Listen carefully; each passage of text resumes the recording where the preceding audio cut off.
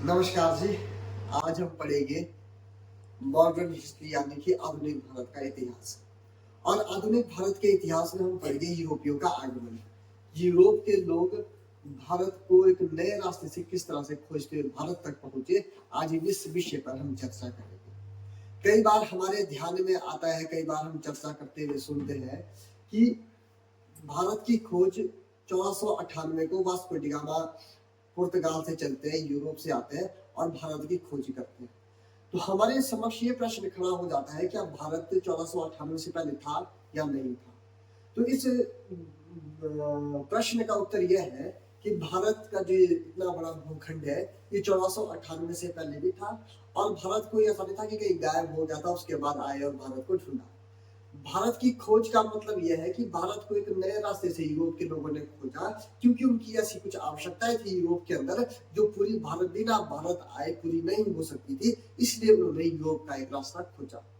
लेकिन चर्चा का विषय आज हमारा यह है इस क्लास में कि जब हम यूरोप के आगमन को पढ़ते हैं, क्या यूरोप के लोग 1498 से पहले भारत में आए नहीं थे? अगर आए थे तो वो किस तरह का यहाँ पे व्यापार करते थे?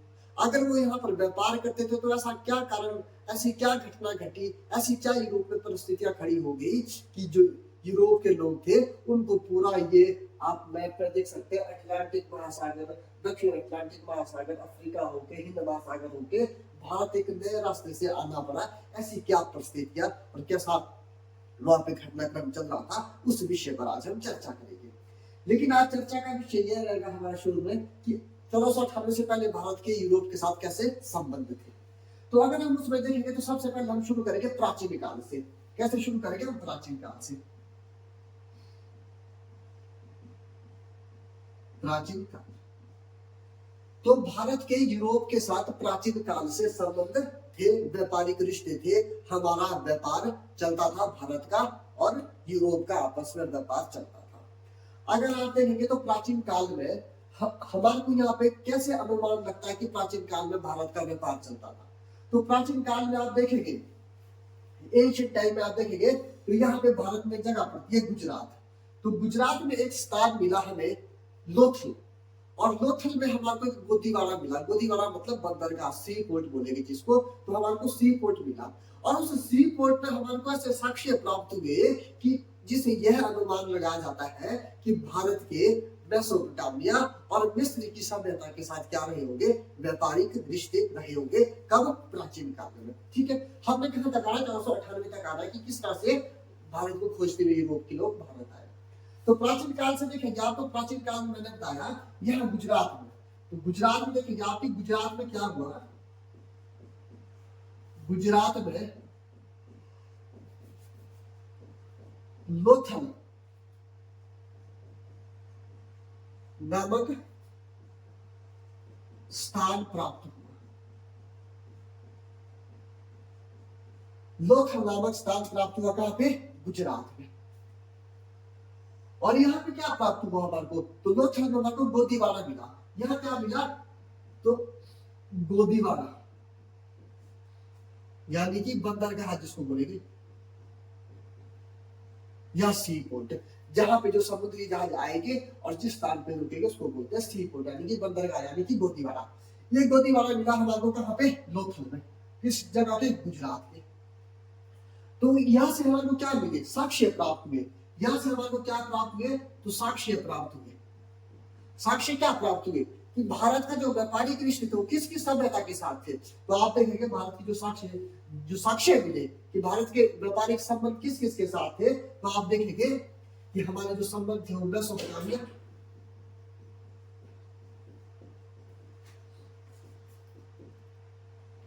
एवं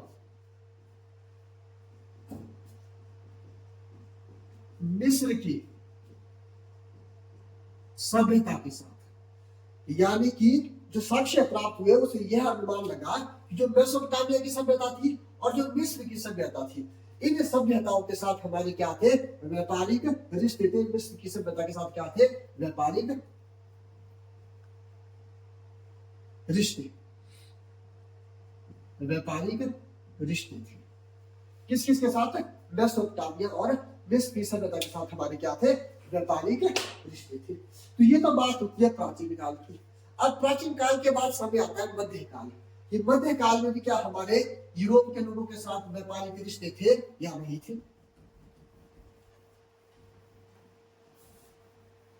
अब बात आती है मध्यकाल की।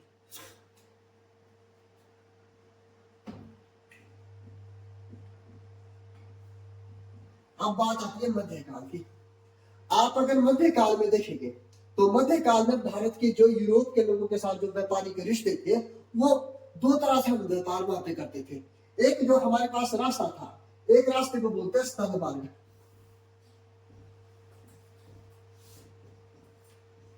और जो दूसरा रास्ता था उसको बोलते हैं समुद्री मार्ग। समुद्री मार्ग, दो तरह से हमारे व्यापार चलते थे, एक था स्थल मार्ग और एक था समुद्री मार्ग। तो अगर आप स्थल मार्ग और समुद्री मार्ग पर चर्चा करने से पहले हम देखेंगे कि किस तरह से भारत का व्यापार चलता था। तो अगर मैं स्थल मार्ग की बात करूं, इस वाले रास्ते की बात करूं जो हम पैदल जाते अपना रास्तों के माध्यम से जाते थे, तो उसकी मैं बात करूं तो यह है भारत हमारे पास। कैसे व्यापार हुआ? यह है हमारे पास भारत देश। अब भारत से क्या था कि जब हमने पैदल चलना है तो उस समय क्या था कि पाकिस्तान तो भारत का हिस्सा था। लेकिन मैं अगर वर्तमान परिप्रेक्ष्य से बात करूं तो भारत से क्या गए हम? भारत से गए हम पाकिस्तान में, और पाकिस्तान से कहा जाते थे अफगानिस्तान में, अफगानिस्तान से कहा गए ईरान में, ईरान से कहा गए इराक में, इराक से कहा गए टर्की में। जब हम टर्की में जाते थे तो अगर हमारे को यूरोप जाना है तो टर्की हमारे पास लास्ट डेस्टिनेशन होती थी, जहां से हम कहां पे प्रवेश करते थे? यूरोप में प्रवेश करते थे। यानी कि पाकिस्तान, अफगानिस्तान, इराक, टर्की जब हम पहुंच गए तो टर्की से हम कहां प्रवेश करते थे? यूरोप महाद्वीप में प्रवेश करते थे। यानी कि हम एशिया महाद्वीप को छोड़कर यूरोप महाद्वीप में क्या करते थे? प्रवेश करते थे। जब हम टर्की पहुंच गए तो उसके बाद हम कहां जाते थे? यूरोप में प्रवेश करते थे। तो आप इसमें से समझ सकते हैं कि ये है हमारे पास यूरोप, और ये है हमारे पास टर्की। टर्की माने तो एशिया, ये वाली जगह है हमारे पास इस तरह से। अब हमारे को टर्की से कहां प्रवेश करना है? यूरोप में प्रवेश करना है। तो जब हम यूरोप में प्रवेश करेंगे तो यहाँ दिख रहा होगा आपको काला सागर। काला सागर के बाद जब हम यूरोप में पहुंचे तो हमारे को जगह मिली कुंस्तुनतुनिया। अब ये कुंस्तुनतुनिया क्या, ये मैं आगे आपको समझाऊंगा। या टर्की पहुंच गए, टर्की से मेरे को जाना है यूरोप में, तो आप यहाँ देख रहे हैं काला सागर, तो ऊपर को मिलेगा हमारे को यहाँ पे काला सागर। अगर आप एशिया का मानचित्र देखेंगे तो आप वहां पे देखेंगे जहां पे टर्की है, और टर्की से जहां पे यूरोप का प्रवेश करते हैं तो वहां हमारे को ऊपर को काला सागर मिलता है और नीचे को मरमरा सागर मिलता है। काला सागर और मरमरा सागर। अब इस काला सागर और मरमरा सागर को एक जल संधि जोड़ती है। जल संधि क्या होती है? जो समुद्र में एक रास्ता जैसा बना देती है, पतली सी स्ट्रेट होती है, जिससे आर पार करके आप एक स्थान से दूसरे स्थान को जा सकते हैं। एक रास्ता होता है, उसको बोलते हैं जल संधि। तो काला सागर और मरमरा सागर को एक जल संधि जोड़ती है। उस जल संधि को क्या बोलते हैं? उस जल संधि को बोलते हैं बॉस्फोरस की जल संधि। बॉस्फोरस की जल संधि। अगर कभी प्रश्न आ जाए कि बॉस्फोरस की जल संधि किन दो सागरों को जोड़ती है, तो काला सागर और मरमरा सागर को जोड़ती है। और किन दो महाद्वीपों को अलग करती है, तो एशिया और यूरोप को अलग करती है। कौन सी? जो मैंने नीचे लिखी, बॉस्फोरस की जल संधि। कौन सी जल संधि? बॉस्फोरस की जल संधि। इतनी सी बात क्लियर। तो इस तरह से हम कहां पहुंचते थे? यूरोप में कहां पहुंचते थे? जब काला सागर हमने पार कर दिया, जल संधि से पार कर लिया, यानी कि बॉस्फोरस की जल संधि से हमने पार कर लिया, हम कहां पहुंचते थे? इस स्थान पर, जो मैंने ये स्थान लिखा यहाँ पे, कुंस्तुनतुनिया, और एक थी जगह यूरोप में थी। और इस कुंस्तुनतुनिया को वर्तमान में इस्तांबुल बोलते हैं। इस्तांबुल आपने एक देश सुना हुआ है यूरोप में, तो वो टर्की का एक भाग है, उसको बोलते हैं इस्तांबुल, लेकिन पहले बोलते थे उसको कुंस्तुनतुनिया। अब ये कुंस्तुनतुनिया की कहानी क्या है, ये मैं भी आपको आगे समझाऊंगा। इतनी सी बात आपको क्लियर होगी कि हम भारत से गए सामान लेके Pakistan, Afghanistan, Iran, Iraq, Turkey. Turkey से जब हमने यूरोप में प्रवेश करना, यानी कि कुंस्तुनतुनिया में जाना है, यूरोप जाना है, हम क्या करेंगे? काला सागर और मरमरा सागर के बीच एक जल संधि है, उसको बोलते हैं बॉस्फोरस की जल संधि। इस बॉस्फोरस की जल संधि को पार करके हम कहां पहुंचते थे? यूरोप में पहुंचते थे। ये कौन सा रास्ता था हमारे पास? अगर इस रास्ते को देखेंगे तो ये रास्ता था हमारे पास, ये स्थल मार्ग वाला रास्ता। अब इस स्थल मार्ग वाले रास्ते में क्या दिक्कत थी? इस स्थल मार्ग वाले रास्ते में दिक्कत थी, एक तो ये बहुत जटिल रास्ता है, मतलब आपको बड़ी कठिनाई को पार करके कहाँ पहुंचे थे आप? यूरोप में पहुंचे थे। दूसरा, हर जगह यहाँ पे टैक्स देना पड़ता था, आपको कर देना पड़ता था अपने सामान के ऊपर। तीसरी बात ये डर रहता था यहाँ पे कि कभी भी चोरी हो सकती थी, यहाँ पे आपकी जान माल को खतरा हो सकता था, आपकी जान भी जा सकती थी, तो ये सारी दिक्कतें यहाँ पे थी। और दूसरा कौन सा रास्ता था? तो दूसरा रास्ता था हमारे पास समुद्री मार्ग। दूसरा कौन सा रास्ता था मध्यकाल में? समुद्री मार्ग। अब समुद्री मार्ग से क्या था? अब आपको ये पता है कौन सा महासागर है यहाँ पे? हिंद महासागर। यह है हिंद महासागर। अब हम भारत से चले, भारत से जब हम चले तो हम कहा है? हिंद महासागर में आए। हिंद महासागर में किसके सहारे आए हम? समुद्र के सहारे आए। फिर कहा पहुंचे हम? अरब, जहां पे सऊदी अरब मिलता है, कुवैत मिलता है, हमारे को जो अरब देश मिलते हैं वो सारे इस जगह पे मिलते हैं। तो फिर हम कहा पहुंचते? अरब में पहुंचते थे। जब हम अरब में पैदल चलते थे और फिर कहा आते थे? यहाँ पे आपको पता है कौन सा सागर है? भूमध्य सागर है। भूमध्य सागर। अरब से आते थे हम भूमध्य सागर में, और यहाँ हमारे को कुछ देश मिलते थे इस तरह से, जिसको बोलते थे फ्रांस, ग्रीस, इटली, ये सारे देश मिलते थे हमारे को यहाँ पे भूमध्य सागर के पास। और यहाँ पे हम इन देशों में सामान भेजते थे, और उसके बाद ये सामान पूरे के पूरे कहाँ पे? पूरे के पूरे यूरोप में ये सामान का वितरण हो जाता था, डिस्ट्रीब्यूशन हो जाता था। तो ये था हमारे पास समुद्री मार्ग। लेकिन इस समुद्री मार्ग में क्या दिक्कत थी? इस समुद्री मार्ग में दिक्कत थी ये वाली कि यहाँ पे अरब लोगों का अधिपत्य था, यानी कि जो यहाँ से सामान जाता था उसमें अरब लोगों का अधिपत्य था, और अरब लोग उस पर बहुत अधिक टैक्स लेते थे। तो यहाँ पे क्या था? अरब लोगों का अधिपत्य था।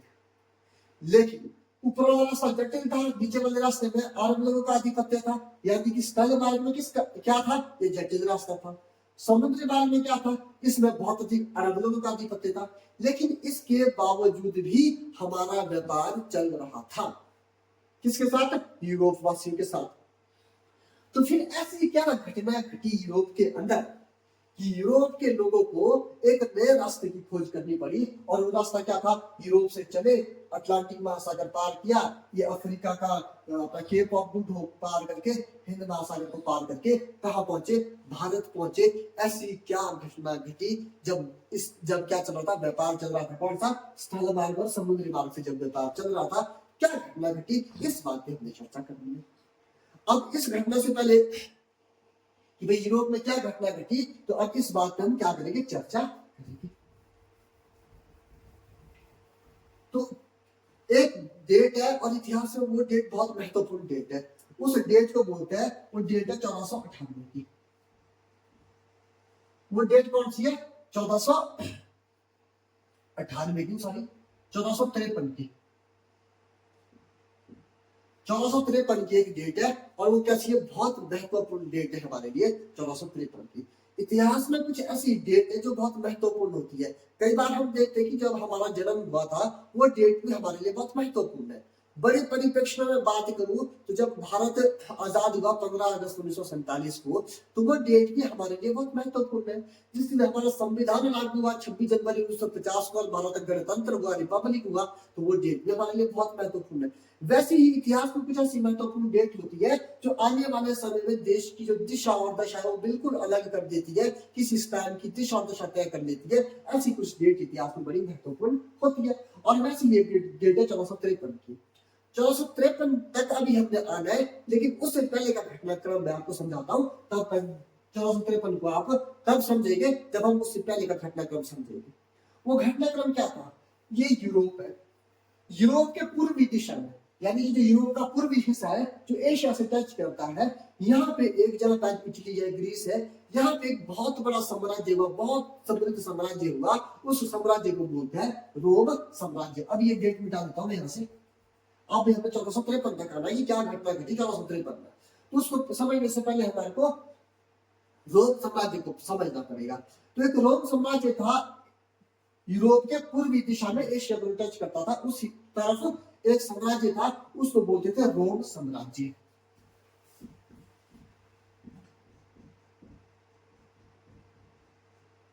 रोम साम्राज्य, ये कौन सा साम्राज्य था? रोम साम्राज्य था। रोम साम्राज्य में क्या था कि रोम साम्राज्य दो भागों में बट चुका था, दो भागों में विभक्त हो चुका था। एक तो बोलते थे पश्चिमी रोम, एक को क्या बोलते थे पश्चिमी रोम, यानी कि जो ये रोम था, ये मान चलिए रोम है, इसको दो बराबर भागों में बांट लो, तो जो इधर वाला हिस्सा होगा कौन सा, पश्चिमी होगा पूर्वी। तो जो रोम साम्राज्य था दो भागों में बट गया, एक बना पश्चिमी रोम, एक बना पूर्वी रोम। एक कौन सा रोम बना, एक बना हमारे पास पूर्वी। अब जो पश्चिमी रोम था, इस पश्चिमी रोम की जो राजधानी थी, वो पश्चिमी रोम की राजधानी क्या थी, वो थी रोम। जो राजधानी थी वो क्या थी इसकी, रोम की राजधानी थी इसकी, पश्चिमी रोम की। लेकिन जो पूर्वी रोम था, ये इस पूर्वी रोम को एक इस साम्राज्य का नाम दिया जाता है, और उस साम्राज्य का नाम था बेजंतिया साम्राज्य।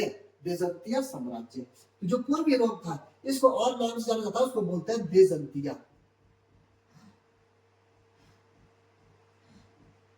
बेजंतिया साम्राज्य कौन सा साम्राज्य था, ये बेजंतिया साम्राज्य। अब जो इसकी राजधानी थी, जो ये पूर्वी रोम है, इसकी जो राजधानी थी, इसकी राजधानी थी कंस्टेंटिनोपल। जो ये बेजंतिया साम्राज्य है, इसकी राजधानी क्या थी, इसकी राजधानी थी कंस्टेंटिनोपल। अब अरब के लोग कुछ शब्द बोल नहीं पाते थे, तो उन्होंने क्या बोल दिया, कंस्टेंटिनोपल को उन्होंने बोल दिया कुंस्तुनतुनिया। उन्होंने क्या बोल दिया इसको, कुंस्तुनतुनिया, जो ये वाला कुंस्तुनतुनिया है। तो जो बेजंतिया साम्राज्य थी, इसकी राजधानी क्या थी, कंस्टेंटिनोपल।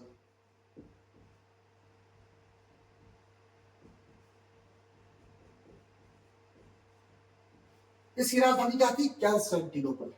लेकिन अरब लोग कंस्टेंटिनोपल बोल नहीं पाते थे, तो उन्होंने इसको क्या बोला, इन्होंने बोला इसको कुंस्तुनतुनिया। कुंस्तुनतुनिया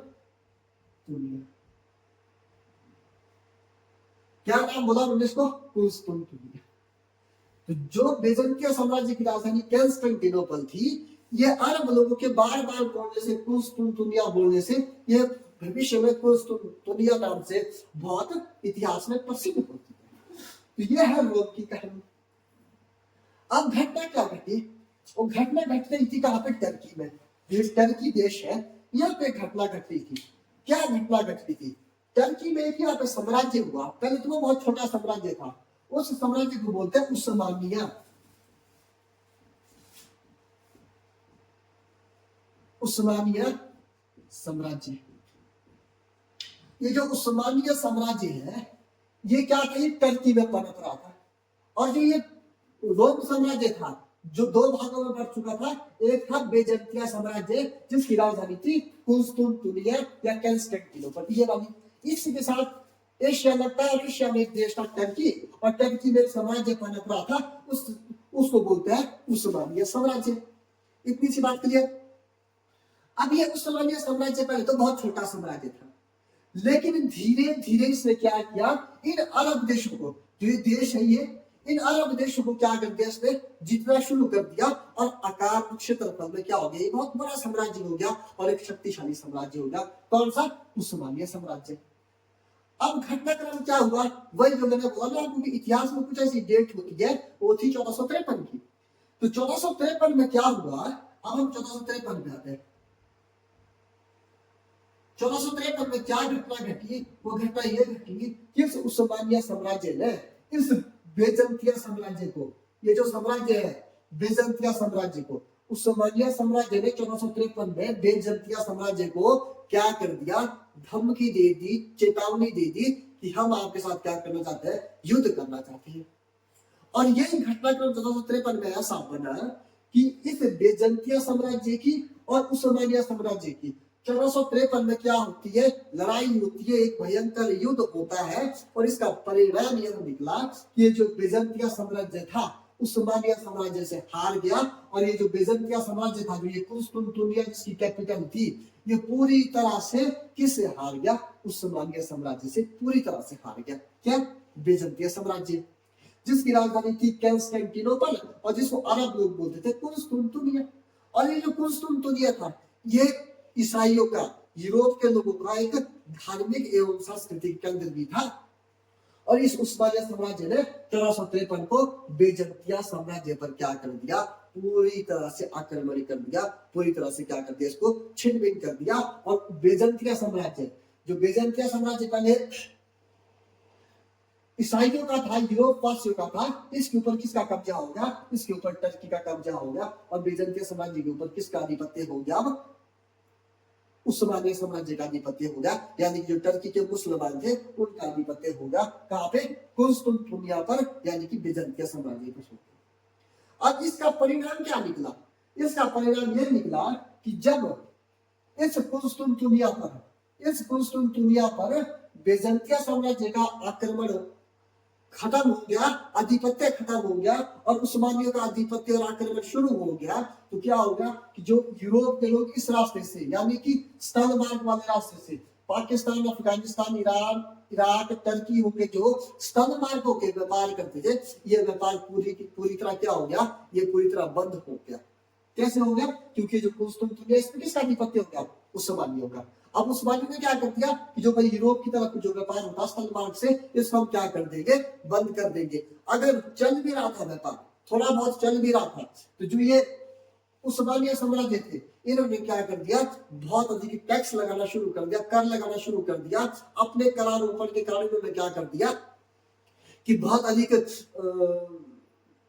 यूरोप वासियों को व्यापार के इस रास्ते से क्या कर दिया, पूरी तरह से प्रतिबंधित कर दिया, क्योंकि बहुत अधिक टैक्स देना पड़ता था। और जो व्यापार इस रास्ते से चल भी रहा था, वो व्यापार क्या हो रहा था कि यूरोप में जाकर बहुत महंगे दामों में बिक रहा था। क्यों, क्योंकि जब किसी वस्तु के ऊपर टैक्स अधिक होगा, तो वो जब कहीं बिकने के लिए जाएगी वो वस्तु, तो वो बहुत अधिक कीमत में बिकेगी, बहुत अधिक दामों में बिकेगी, क्योंकि उसमें क्या हो गया है, उसके ऊपर अब टैक्स लग चुका है। उसके ऊपर क्या लग चुका है, उसके ऊपर अधिक टैक्स लग चुका है। और ये टैक्स लगाने का काम किसने किया, उस्मानिया साम्राज्य ने। उस्मानिया के जो लोग थे उन्होंने टैक्स लगाने का काम कर दिया और इस स्थल मार्ग वाला रास्ता बिल्कुल व्यापार के लिए बंद हो गया। और मैंने आपसे कहा कि अगर व्यापार चल भी रहा था तो बहुत अधिक टैक्स देकर चल रहा था, और वो वस्तु यूरोप में जब जाती थी, यूरोप के बाजारों में, तो बहुत अधिक दामों पे बिकती। दूसरा रास्ता मैंने आपको बताया था मध्य काल में कि भाई एक हमारे पास रास्ता था अपना समुद्र मार्ग वाला। अब समुद्र मार्ग में क्या दिक्कत थी कि जब आपको पता है ना, जब आपके पास जीवन में एक ही रास्ता बचता है और वो रास्ता किसी विशेष व्यक्ति के घर होकर जा रहा है, और उस व्यक्ति को भी ये पता है कि आपके पास सिर्फ एक ही रास्ता बचा है, तो व्यक्ति अपनी शक्तियां आपके ऊपर क्या करता है, थोपना शुरू कर देता है। वैसी घटना इतिहास में यहाँ घट रही थी। तो जो ये अरब के लोग थे, इन अरब के लोगों ने क्या किया कि इनको लग गया कि यूरोप के लोगों के पास अब व्यापार करने के लिए एक ही रास्ता बचा हुआ है सॉरी, एक ही रास्ता बच रहा है। इन्होंने क्या किया, अरब लोगों ने, इन्होंने भी क्या कर दिया, टैक्स लगाने बहुत अधिक शुरू कर दिए, जिससे क्या हो रहा था कि दोनों रास्तों में बहुत अधिक टैक्स थे।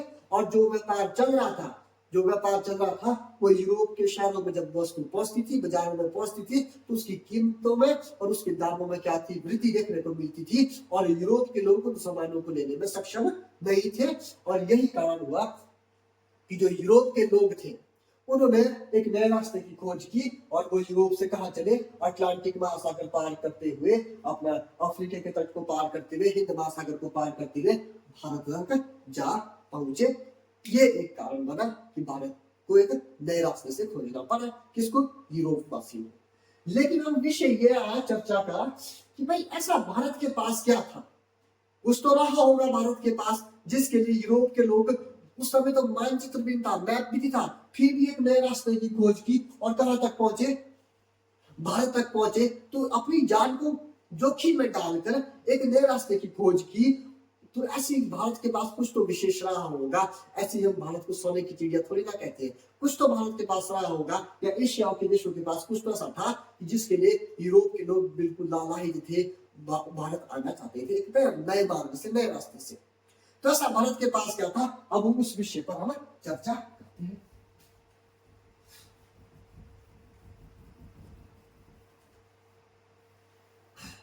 आप देखेंगे कि अब भारत के पास क्या था। सबसे पहली बात देखेंगे हम कि जो यूरोप है, यूरोप आपको पता है कैसा क्षेत्र है, ठंडा क्षेत्र है। यूरोप कैसा है,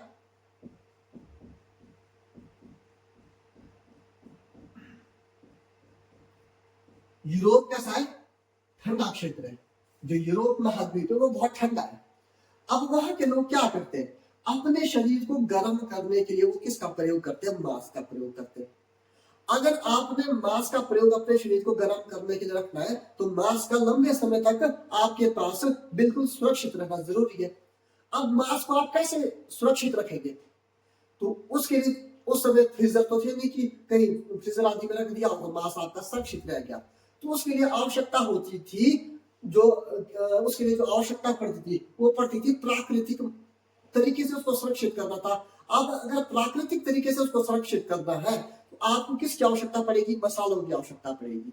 तो यूरोप ठंडा क्षेत्र था, यूरोप के लोग अपने शरीर को गर्म करने के लिए मांस का प्रयोग करते थे, और जो मांस का जब यूरोप के लोग प्रयोग करते थे तो उसको संरक्षित करने के लिए प्राकृतिक तौर पे मसाले की आवश्यकता पड़ती थी, और मसाले भारत एवं एशिया के अन्य देशों में मिलते थे। तो एक कारण यह भी था कि यूरोप के लोग उन मसालों को खोजते खोजते एक नए मार्ग से भारत की तरफ आने शुरू हो गए। क्यों, क्योंकि भारत के पास मसाले थे।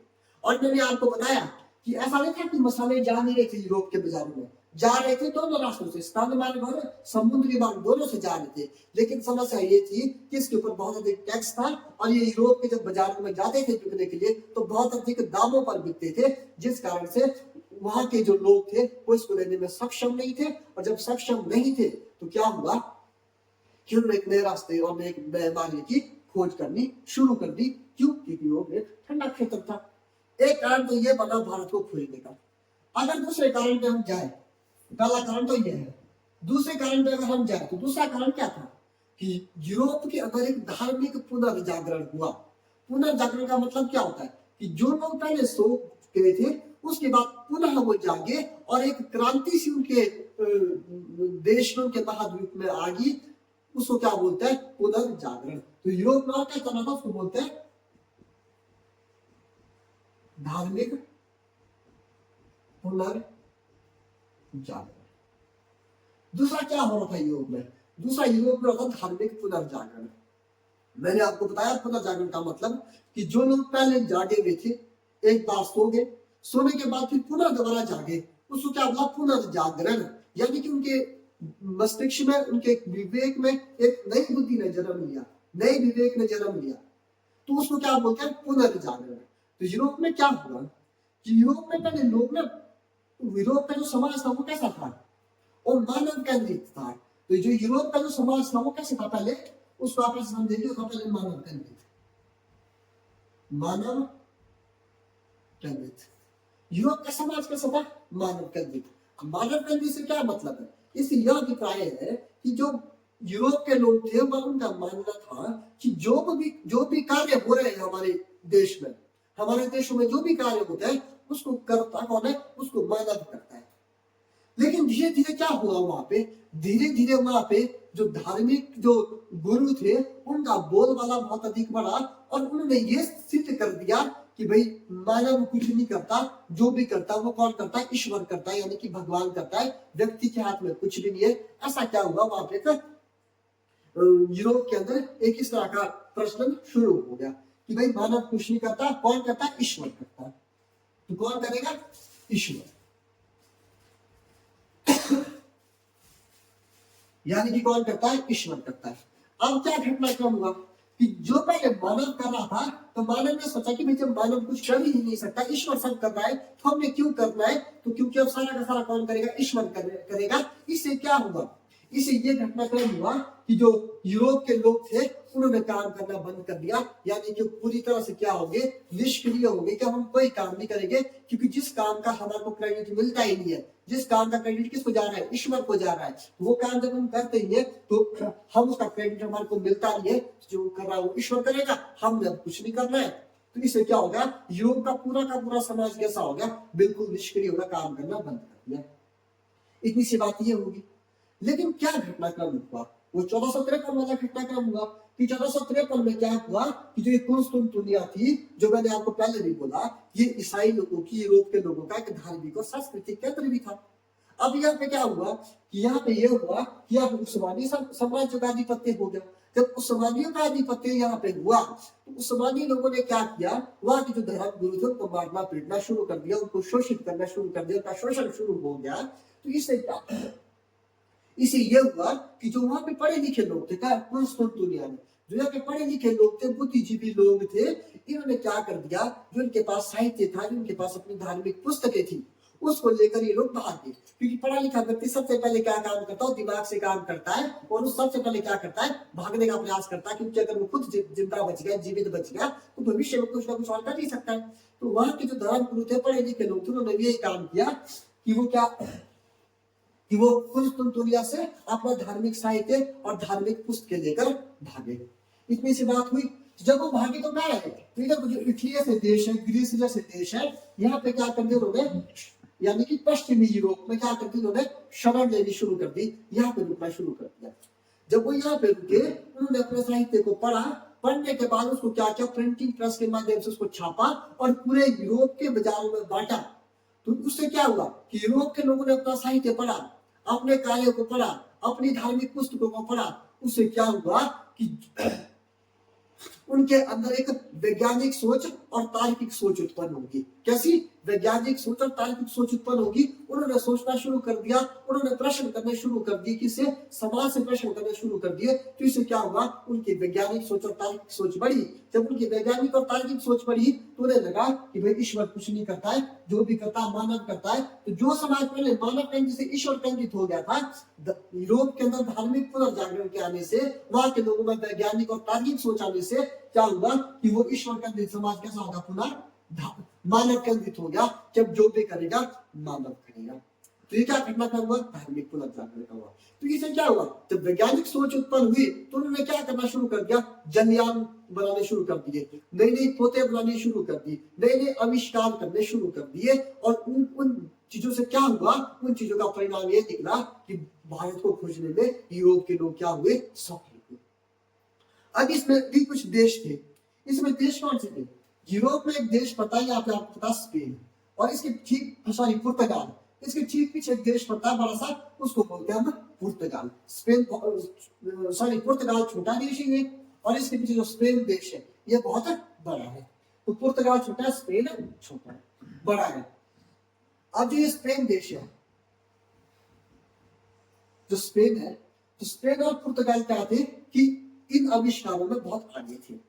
अब स्पेन से क्या होता है कि स्पेन में एक व्यक्ति चलते हैं स्पेन से, जिनका नाम क्या था, कोलंबस।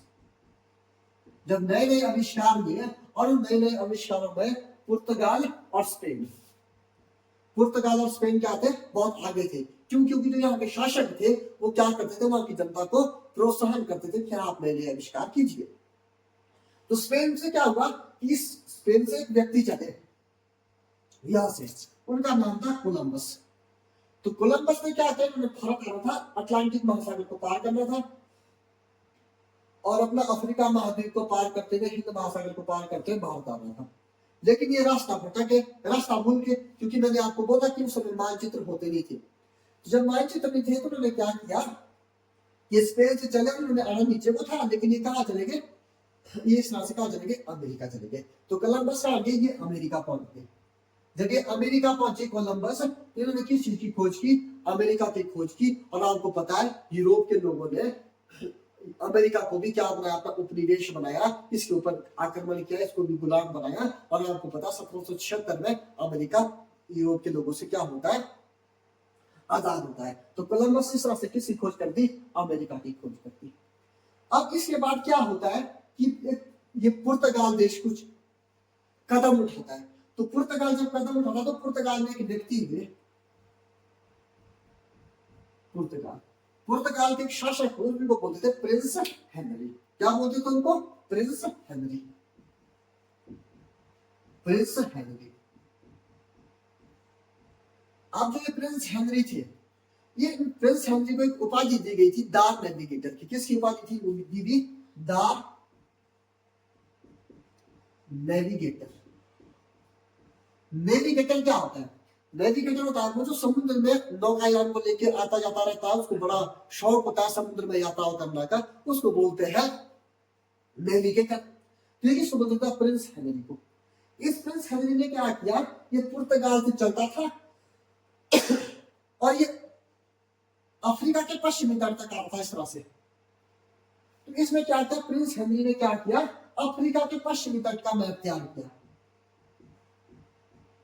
अफ्रीका के पश्चिमी तट का क्या किया, मानचित्र तैयार किया। मानचित्र तैयार किया, क्या किया, पश्चिमी तट तक का इसने क्या किया, मानचित्र तैयार कर दिया। अब जब इसने इस पश्चिमी तट का मानचित्र तैयार किया, फिर उसने 1487 में, कौन याद रखा डेट, 1487 1487 को इसने एक व्यक्ति को भेजा, कहां से, पुर्तगाल से, कि आपको कहा जाना है, भारत जाना है। तो उस व्यक्ति का क्या नाम था, बार्थोलियो डोमियास। देखो नाम थोड़े टफ है, इसको धीरे धीरे आप बार बार प्रयास करेंगे तो आपको याद हो जाएंगे। उन व्यक्ति का नाम था बार्थोलियो डोमियास। अब 1487 को पुर्तगाल से एक व्यक्ति चले, उनका नाम था बार्थोलियो डोमियास। अब ये पुर्तगाल से चले और अफ्रीका के पश्चिमी तट तक का तो उनको पता था, क्योंकि प्रिंस हेनरी ने बनाया था। तो ये इसको मैं मिटा देता हूं।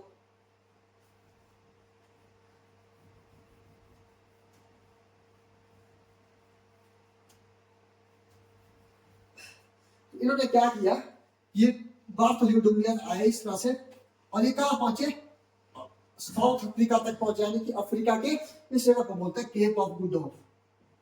केप ऑफ गुड होप, इस स्थान को बोलते थे आप केप ऑफ गुड होप। तो इस स्थान तक वो पहुंचे कौन, बार्थोलियो डोमियास। 1487 को चले थे, तो अफ्रीका तक पहुंच गए, अफ्रीका के तट तक ये पहुंच गए।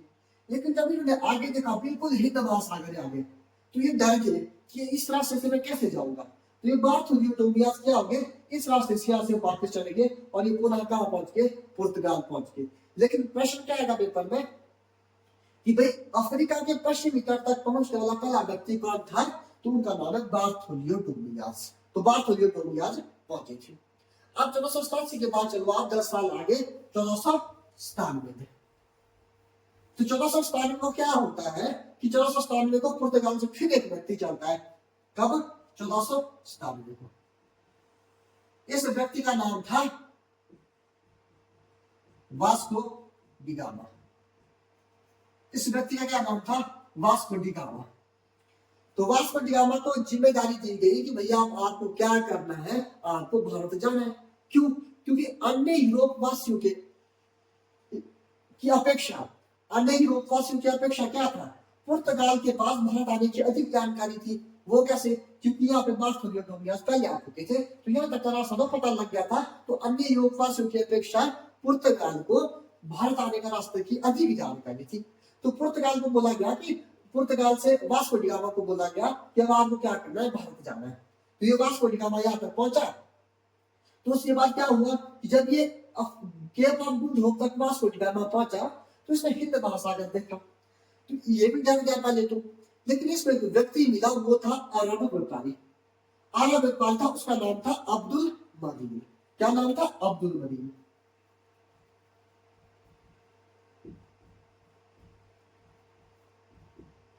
Abdul Medina, Vasco D gamma को कौन व्यक्ति मिला, उसका नाम था अब्दुल मदीन, जो था अरब व्यापारी। अब इसने हिंद महासागर में कई बार व्यापार के लिए आवागमन किया था अब्दुल मदीन ने। तो इसने वास्को डी गामा को बोला कि ठीक है, आपने भारत जाना है तो भारत आपको मैं लेकर चलूंगा, क्योंकि इसको अब्दुल मदीन को ये जानकारी थी हिंद महासागर का रास्ता कैसा है। तो आपको प्रश्न आता है कि भाई वास्को डी गामा को हिंद महासागर पार करवाने वाला कौन व्यक्ति है, उसका नाम है अब्दुल मदीन। तो इस अब्दुल मदीन ने क्या किया, इस अब्दुल मदीन ने वास्को डी गामा को हिंद महासागर पार करवा के कहां पहुंचा दिया, भारत पहुंचा दिया। अब कहां चल पड़े वास्को डी गामा, भारत की तरफ चल पड़े थे। इतनी बात क्लियर। अब वास्को डी गामा कहां से आए, अब हिंद महासागर, एक और सागर है, महासागर है, हिंद महासागर। अब ये हिंद महासागर पार अब्दुल मदीन ने वास्को डी गामा को करा दिया और और वास्को डी गामा कहाँ पहुंचते हैं? वास्को डी गामा पहुंचते हैं केरल। केरल केरल के कहाँ पहुंचते हैं? केरल के पहुंचते हैं मालाबार तट, क्योंकि जो ये वाला तट इधर का, इस तट को बोलते हैं मालाबार। मालाबार तट। तो वास्को डी गामा कहाँ पहुंचे 1498 को? 1498 को कहाँ पहुंचे वास्को डी गामा? केरल पहुंचते हैं। केरल में कहाँ पे पहुंचते हैं? मालाबार तट पे। और मालाबार तट पे कहाँ पे? जगह का नाम है कालीकट, और इसको वर्तमान में बोलते हैं कोझिकोड। क्या बोलते हैं? कोझिकोड। तो यहाँ पे जगह पड़ती है कालीकट, और कालीकट इसको वर्तमान में क्या बोलते हैं? कोझिकोड। अगर आप वर्तमान में केरल जाएंगे तो केरल में जगह कालीकट नहीं आओ, अब है कोझिकोड। तो कोझिकोड कौन पहुंचते हैं? Vasco D gamma. कब? 1498 को। तो 1498 को कहाँ पहुंच गए? Vasco D gamma. Bharat, Bharat की कहाँ पहुंचे? केरल। केरल में कहा? मालाबार तट, और मालाबार तट में कहा? कालीकट, जिसको वर्तमान में बोलते हैं कोझिकोड। कब? 1498 को। तो 10 महीने लगते हैं वास्को डी गामा को भारत पहुंचने में। इतनी बात क्लियर। अब जब यहाँ पहुंचते हैं तो यहाँ पे एक शासक मिलता है, हिंदू शासक। हालांकि इतिहास में उसका व्यक्ति का नाम नहीं है, लेकिन उसको एक उपाधि दी थी जैमुरीन। तो यहाँ कौन मिलता है? जैमुरीन नाम का शासक मिलता है। जैमुरीन ये कैसा था? ये हिंदू शासक था, हिंदू शासक था। अब इसने क्या किया? वास्को डी गामा का स्वागत किया। अब इसने वास्को डी गामा का स्वागत क्यों किया, मैं आपको जब मैं पुर्तगाली का आगमन बढ़ाऊंगा तब समझाऊंगा। तो इसने क्या किया? जैमुरीन ने इसने किया वास्को डी गामा का यहाँ पे स्वागत किया। आप यूरोप से व्यापार के लिए आए, मैं आपका क्या करता हूँ? स्वागत करता हूँ। इस तरह से कौन पहुंचते हैं? वास्को डी गामा भारत पहुंचते हैं। अब यह कुछ महीने रुकने के बाद क्या हुआ? यह कुछ महीने रुकने के बाद क्या हुआ कि कुछ जड़ी बूटियां, कुछ मसाले, कुछ वस्तुएं लेकर जो वास्को डी गामा था वो वापिस अपने देश जाता है, पुर्तगाल यानी कि यूरोप जाता है, वापस जाता है। और जब वो वापस जाता है, जो मसाले वस्तुएं जो यहाँ से लेकर गया था, उसको जब उसने यूरोप के शहरों में बेचा तो उसको उन सभी सामानों का 60 गुना लाभ हुआ। यानी कि उसको कितना गुना लाभ हुआ? 60 गुना। एक या दो गुना लाभ नहीं हुआ, 60 गुना लाभ हुआ।